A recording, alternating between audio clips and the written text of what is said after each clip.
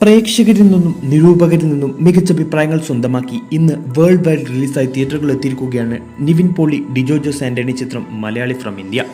നിവിൻ പോളിക്ക് പുറമെ ധ്യാൻ ശ്രീനിവാസൻ, അനശ്വര രാജൻ, സെന്തിൽ, മഞ്ജു പിള്ള തുടങ്ങിയവരും കേന്ദ്ര കഥാപാത്രങ്ങളായ ചിത്രത്തിന് ഇന്ന് ആദ്യ ഷോ കഴിയുമ്പോൾ മികച്ച അഭിപ്രായങ്ങളാണ് ലഭിച്ചുകൊണ്ടിരിക്കുന്നത്. ജനഗണമന എന്ന സൂപ്പർ ഹിറ്റ് ചിത്രത്തിന് ശേഷം ഡിജോ ജോസ് ആന്റണി സംവിധാനം ചെയ്യുന്ന ചിത്രമെന്ന നിലയിലും നിവിൻ പോളിയുടെ വമ്പൻ തിരിച്ചുവരവ് പ്രതീക്ഷിക്കുന്ന ചിത്രമെന്ന നിലയിലും വലിയ ഹൈപ്പാണ് മലയാളി ഫ്രം ഇന്ത്യക്ക് ഉണ്ടായിരുന്നത്. അതുകൊണ്ട് തന്നെ സിനിമ കാണാൻ യുവ പ്രേക്ഷകരും കുടുംബ പ്രേക്ഷകരും കട്ട കാത്തിരിപ്പിലായിരുന്നു. ആ കാത്തിരിപ്പ് വെറുതെയായില്ല എന്ന് തന്നെ പറയാം. കോമഡിയോടൊപ്പം ഇമോഷൻസിനും പ്രാധാന്യം നൽകിക്കൊണ്ട് ഒരുക്കിയ ചിത്രം രണ്ട് യുവാക്കളുടെ ജീവിതം ചുറ്റിപ്പറ്റിയാണ് കഥ പറഞ്ഞു പോകുന്നത്.